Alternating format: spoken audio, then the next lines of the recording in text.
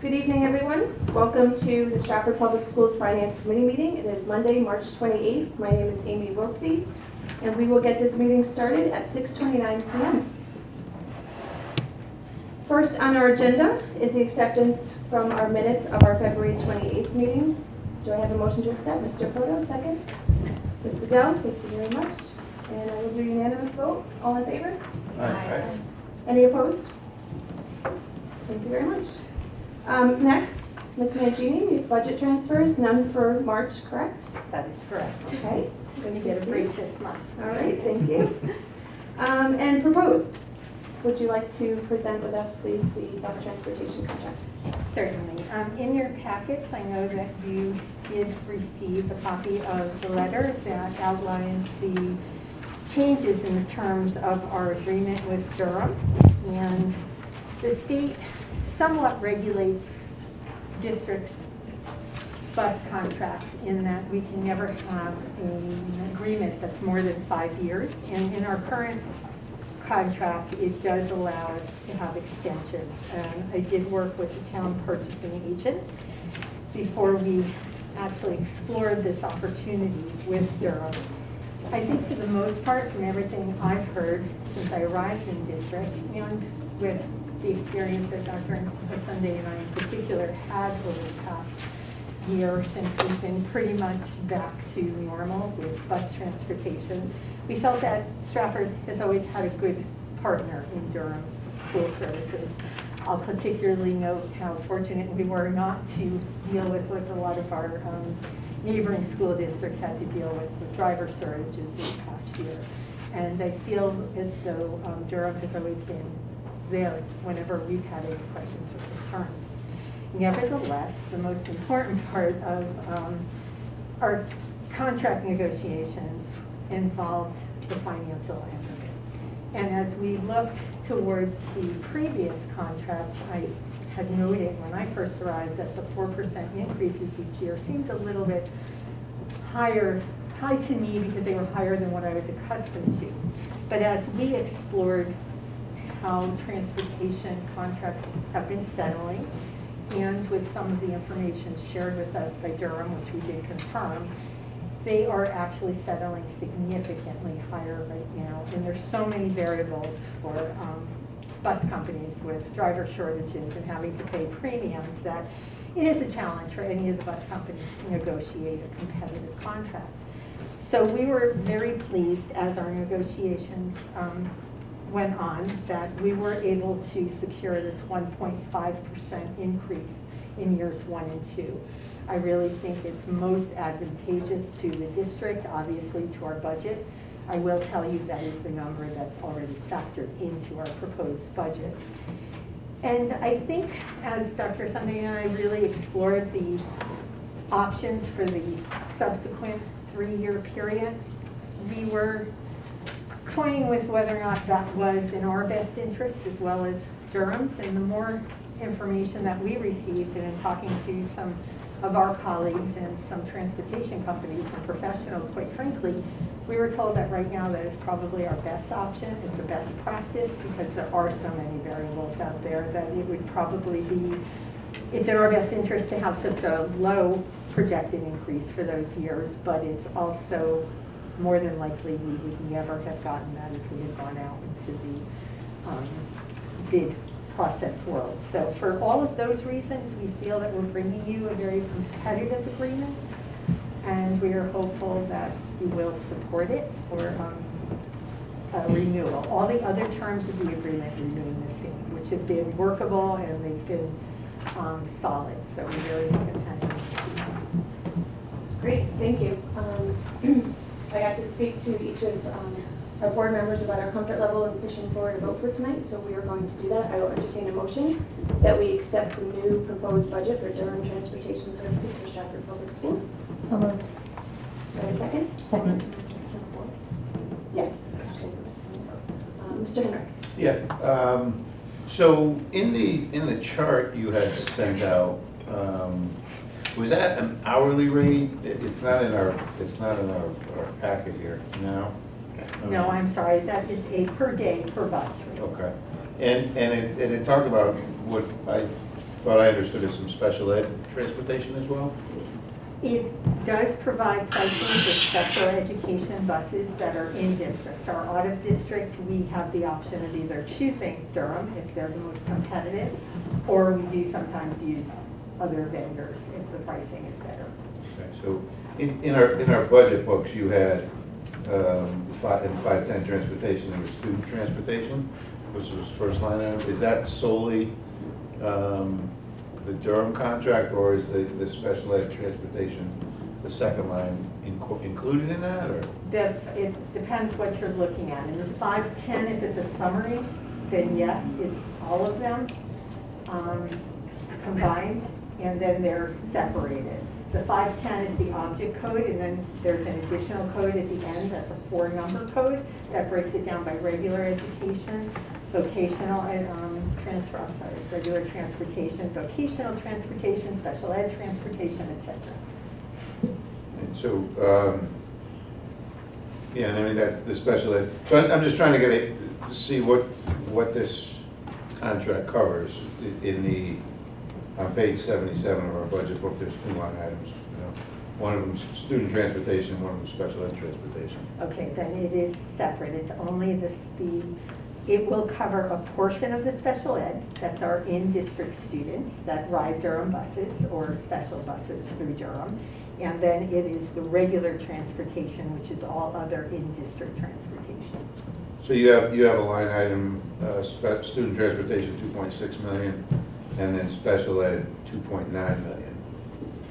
Will it cover the entire 2.6 and part of the 2.9? Or? Correct. The SPED at 2.9 million includes, I believe, don't quote me on this, but it's around 1.4 or 1.6, that's Durham, and the balance is our outplacements that we utilize other vendors.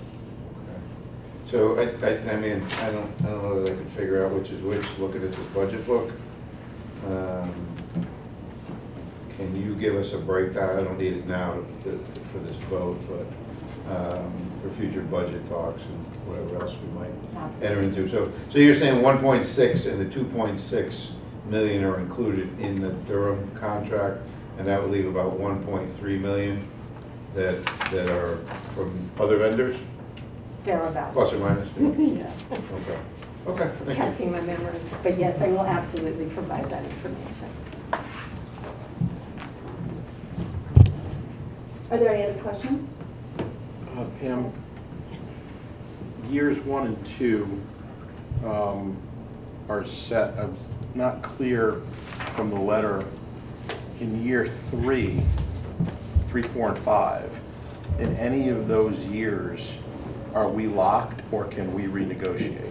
We can renegotiate. Okay, because that just wasn't abundantly clear in how I read it. And also, in their cost avoidance section, they indicate that their drivers, I think their drivers, joined, unionized in January of 2021 last year. These costs do not include any of their union costs. Is that correct? No, they do. Actually, when they were going through their negotiations last year, they reached out to Dr. Robinson and I to kind of give us a heads up on what was going on. And they did, from what I understand, significantly increase the hourly for drivers. So when they say these costs are not built into our current rates, they're referring to 21, 22, not the going forward rates. The rates that are not built in will be subsequent years 3, 4, and 5 because they are renegotiating the contract for year 3, and that's their concern. Okay, that's not quite how I read that Okay. section, but I'm sorry if it that's wasn't why clear. it's not clear the way it's written, that there are additional wage and benefit costs that did not exist when we last bid this contract, so these costs are not built into our current rates. And I assume the current rates that they were referring to were the rates that we're looking at for 22, 23 through 26, 27. Correct. So they're not built in. To those, correct, because they simply don't know what additional costs they may absorb through the next negotiations. So we're not going to see, so for 22, 23 and 23, 24, there will be no increase. There'll be a 1.5%. Well, I mean, 1.5, but we're not going to pick up any additional costs there. Absolutely not. 24 through 27, is the 3% locked in, or if they have a change, will that, if they have a labor cost change as a result of their union contract and collective bargaining, can that increase? It can increase, and we have the ability to go out to bid at that time, and they will give us advance notice. We had that discussion as well. Thank you. Any other questions for Mrs. Mangini? Okay, we'll do a roll call vote to move this bus contract for Durham from the Finance Committee to the board. Mr. Proto? Yes. Mr. Henry? Yes. Mrs. Bedell? Yes. Mr. Kennedy? Yes. Mrs. Corcoran? Yes. Mrs. Carol Fabian? Yes. Mrs. Pukie? Yes. And the chair votes yes. Thank you very much. Okay, financial reports, Mrs. Mangini. Yes. I just wanted to take a moment to kind of walk you through what I provide each month. It does reflect all your expenditures and encumbrances, and you receive from me not only the monthly financial report, but you also receive a financial status report. And this is something that I have used for many years because I think it's important that the board have a good sense by object code of where we think we might have savings versus where there's costs. And I do try to provide you with a brief summary of what those accounts, object code accounts, entail and why I think there's either going to be a balance or a deficit in those accounts. Obviously, we've talked about salaries on a number of occasions, and we are projecting currently an $892,668 balance. We've brought you transfer requests to put into the salary reserve account with a lot of detailed explanations, both in the fall and last month. And I will tell you, we anticipate bringing in additional transfer. We've had some vacancies in our non-certified, so we believe there's savings there. Each month, we kind of put that one aside because it looked like we were about to fill a number of the positions that just didn't work out. So at this point, Susan Nicholson and I have sat down and we are calculating exactly what we've at least saved year to date. So if the position does get filled at the end of April, at least we will identify the savings that we know we have recognized so far. So we will be getting that information to you. And we continue to look at the certified as well. We do have a number of teachers that are out, whether it's on maternity leave or other personal leaves, some of whom have time that's not paid and or they simply are coming back sooner, later. There's always adjustments. So we'll get that information to you as well. And obviously each month we try to bring you most up-to-date information. Benefits, again, we are projecting $85,000 potential year-end balance, primarily right now due to favorable unemployment and, of course, the American Rescue Plan credit that we got for a small portion of the year. And, of course, with the savings in salaries, we anticipate some offsetting savings in FICA. Quite frankly, that's not much when it's for teachers because we only pay a 1.45% employer tax on those dollars, but when it's non-certified, we do pay a 7.65%. So it could be a considerable amount. So we are working on a better analysis to provide you with that. The 300th professional services, as you well know, our deficit primarily is clinical costs associated with additional services through PPS. Property services primarily are repair accounts and some of our utility accounts, and such as electricity and water. They all appear to be tracking on budget, so we're not really anticipating any savings. Again, we make broad assumptions. The utilities, obviously, we're analyzing monthly, but as far as repairs, I defer to Mr. Ruggiero, who's always trying to stay on top of the needs of the schools and those accounts. In addition, we have the 500 accounts, which are tuition, transportation, and again, we have our issues with not only our out-of-district tuition and transportation deficits, but as reported last time, the workers' comp seems to be running really high this year, and we could potentially have, projecting maybe a $75,000 deficit in that account as well. So that's the number represented there. Supplies and materials are our 600 accounts, and as I've said since the fall, we have put a spending freeze on the accounts of instructional supplies, textbooks, workbooks, and library books. Obviously, we encourage districts to stop spending for anything unless they really needed it, and at that point, they had to get special permission from me, and I would discuss it with Dr. Vita and Dr. Asunde. There are minimal amounts of accounts within that 600 because we don't have a whole lot of discretionary accounts. Obviously, we have to continue custodial supplies because we have to put toilet paper and soap and paper towels in our schools. Some of the 600 accounts are utility accounts, so we certainly couldn't not utilize those accounts. So the small amount that's there, we anticipate about half of that amount that was remaining in the fall as savings. Now, you need to remember that by October, when we recognize the special ed deficit, much of those discretionary accounts were already being spent to prepare for the new school year. So we get purchase orders immediately in July, August, and September. So that's why there is probably not as much as we had hoped or we would have imagined, but that's pretty much the same amount I have reported to you since the fall as far as potential savings. Equipment and dues and fees are all tracking on budget at the moment. We're very cautious with the equipment. Most of that money was for computer equipment and supplies. And dues and fees are just obligatory, so we obviously feel we're going to utilize most of those.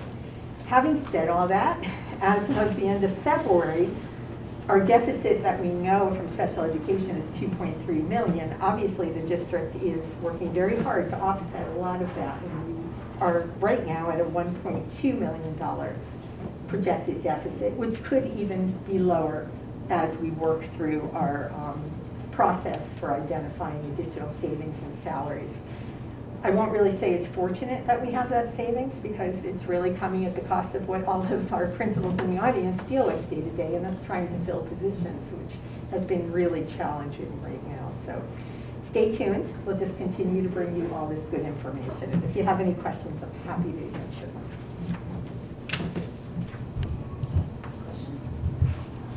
I just a comment. I know, Ms. Mangini, you and I had some emails, and the word in the, I guess in the business environment, the word freeze means a little different than the one you're using at this point. And I appreciate the frugality that's created some of these savings, but it's confusing when you say freeze, because in my mind, freeze means we're not spending money in that line item, and it's a $2.8 million line item, and we're going to spend about $2.55 million. So,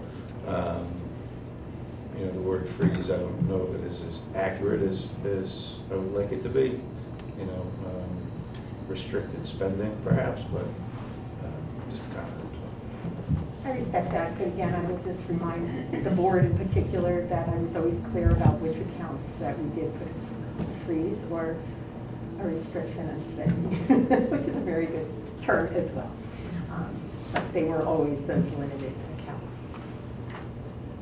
Mr. Carter? Pam, just on the professional services and the other purchase services, I'm assuming the majority of those are related to our SPED accounts. Are those deficits projected based on our current number of special ed students, or have we built in some increase between now and the end of the year that we're taking into account? Excellent question, but I will tell you, any financials you get from me are always based on actual to year to date, and this was as of February 28th, so no, we have not built in anything, and it changes daily, as Ms. Burgess can attest to. So we're seeing students coming in on a somewhat regular basis. I know you're going to talk about that a little bit later when we do enrollment, but we're All right, going you just share with you now. I don't want to take away your thunder from down there a little bit. So we have continued to welcome students into our district, and I know I gave you guys a report before with a number on it that I think was right around 125. We're up to 168 new students this year that have been welcomed into Stratford with exceptionalities that do cost different amounts of money. We're also seeing an increase in students' mental health and emotional needs, which also comes out of that 300 line, because those are those professional services, risk assessments, support, in different activities that we need. So we've seen an increase in that, which I do share with Ms. Mangini when I see those spikes starting to happen, so they're aware. But again, everything she gives you guys is actuals, despite maybe us knowing that we have some increased needs. But we have continued to welcome new students into our district, and we have continued to provide them with the appropriate supports based on their IEP needs. So it's safe to assume that this number is probably going to Every week we have new students. The deficit will increase. So far, we have not had a free week of news, but we have a lot of new, welcoming new families here that are wonderful. Thank you. Mrs. Adele? Ms. Borges, just a quick follow-up to that. How much lead time do you get on a new student entering the district, or does it vary greatly? That all depends on registration. So on one of the first steps of registration, when a family registers, they're asked to check a box that delineates whether their child has any IEP or 504 needs. And if we do, I get that paperwork right away. And then we look through it and we assess what we're going to need in order to service the student and push things through. Sometimes that box doesn't get checked, so we have a lot less time because we find that out when the file comes. Thank you. Just to follow up on that. So if a family comes in on Monday and, hey, we moved into town over the weekend and their child's going to start school on Monday, you may find out on Monday. I may.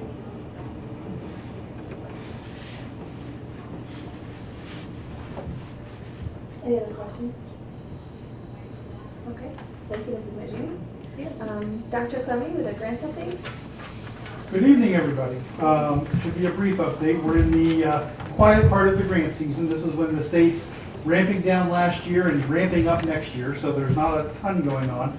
There are no new grants to report on your grants report this month, so the only changes will be in the columns on encumbrance and expenditures remaining. It's just math as we spend the grants down.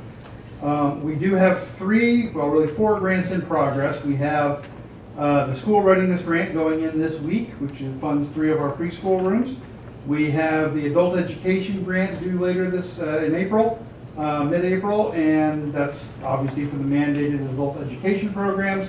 And we are working on our IDEA special education grants. It's one application, but it's 2 different grants in the same application, the one for K-12 and the one for preschool. Those are all in progress. And next month, I believe we'll have at least 1 or 2 new grants to report to you. Some of them have passed certain hurdles at the state that make me think I'll have them for you next month. But the state's a long process sometimes. It's 4 or 5. Once you get approval, there's still 4 steps to happen at the state before I can put it on the list here. So I think we'll have some stuff for you next month, but that's all there is for this month, and I'm happy to take questions. I think you're lucky if it's only 4 steps. Are there any questions for Dr. Clemming? Mrs. Adele? Just a quick question. On the summary of the grants that we have, there's a school violence prevention program grant, and there's a note that there's a 25% matching requirement. Correct? Who is that? What's the The match? town is providing that match. So it's a federal grant, and we applied for it and won it and had to promise that the town or the district would deliver a 25% match, and town funds have been committed to that.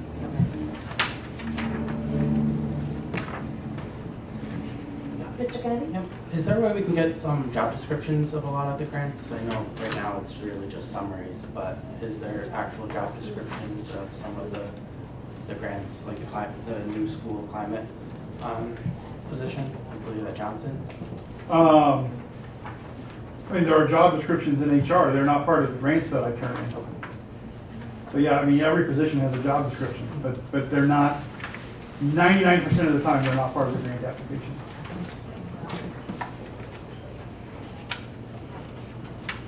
Any other questions? Dr. Clemming? Okay, thank you. Mrs. Borges, special ed. So you guys pretty much have already heard Ms. Mangini. So obviously, we're continuing to track the deficit in the 3 areas, and a lot of the deficit, as I told you, I shared with Ms. Mangini, and I'll share with you guys, we have seen an increase in mental health needs for our students, which are increasing the cost in the 300 line. And we have seen an increase in students moving in, which requires additional transportation. So we've seen an increase in the need for transportation and an increase for student outplacements. We've also had some new students move in that are students that required outplacements. So those are continued areas for us to monitor, to watch, and to support. I do believe Stratford has done a beautiful job supporting all of our students. So. Other questions for Ms. Borges? I have one if it's okay. Sure. I believe it was last month that we celebrated the work one of the staff had done bringing kids back, and I really enjoyed hearing that. Has there been any updates on children coming back into the Stratford school system? Yep, so far this year, our supervisor for out-of-district placements has successfully returned 19 students to our district. Wow. I think for her, she maybe feels a little bit like it's not enough because we've also had new students move in and students that have had to go out, so the number has stayed the same. But from our perspective, that's huge. 19 students have returned back to our buildings. 19 students are included in our everyday, today efforts in our schools, and we are really proud of that. Thank you. Thank you. Okay, next we have number C4, food services report. So much nicer this year bringing this report to you. As you see, the ending fund balance appears to be in the negative. However, as I mentioned previously, we're always a little bit lagging behind with our state reimbursement. So we did note down there that we are about to receive reimbursements for December and January, totaling slightly over $938,000, which actually brings us to a positive balance of $665,563 to date. So we are doing very well. Good news. Are there any questions for Mrs. Mangini regarding food services? Mr. Henry? I think the town had made a payment for the Board of Ed to Sodexo, was it last year or earlier this year? How much was that payment that they made? We paid the deficit from our year-end balance, so it was paid by the Board of Education appropriation. And it was, again, you're testing my memory, but it was about $1 million last year. And that was a 10-year deficit that was accumulated. Okay. So that $1 million, so what you're saying basically is we had $1 million surplus last year? Due to COVID, we certainly did, and we were kind of hoping all year that that was going to happen so we could get in a good place since we knew we had to go out to bid for food service. And so then the town, in turn, took that $1 million surplus and paid one of the Board of Ed bills with it? Paid our food service, correct. Okay. So in reality, there was not a surplus last year? There was still a remaining surplus of over $700,000 last year. So the Board of Ed had a $1.7 million surplus, and then the town took $1 million of it and paid one of the Board of Ed's bills and still left $700,000 as a surplus? The accounting doesn't quite work that way. It was actually a matter of us, the board approved the use of the funds in June of $1 million to pay the deficit in Sodexo, and since it hits the town's audit very clearly, we were encouraged by the town to get that deficit paid down, and when we saw the opportunity to, we jumped at it. We did discuss that with the town finance director, and the monies that the auditors concluded at the end of the year that actually were returned to the town were over $700,000. Thank you. Are there any questions regarding food services? Okay, so we will move to enrollment status, please. Okay. Again, our enrollment has been increasing this year. As you can see, the in-district subtotal probably tells the clearest story about what is happening in our classrooms. And our year-to-year increase from March 1st, 2021 to March of 2022 is about 161 student increase. And from October, we have increased 67. And October 1st, of course, is the date of the enrollment that we have to report to the state officially. And we do have the backup information, so if anyone has any questions, I will do my best to answer them.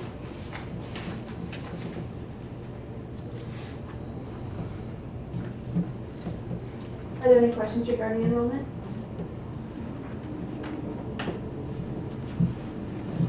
Mrs. Vidal? Ms. Mangini, I'm not sure you're the appropriate person to answer this, or Dr. somebody else would be able to answer this, but what are the contractual limits to classroom sizes for each? I know it depends on the grade, but it's split elementary, upper, lower, right? Actually, I think it might be in your packet. Is it part of the, it's not in the teachers, that's only financials. They, you're about to approve, hopefully this evening? Secretaries. That's Oh, secretaries. secretaries, contract, I'm sorry.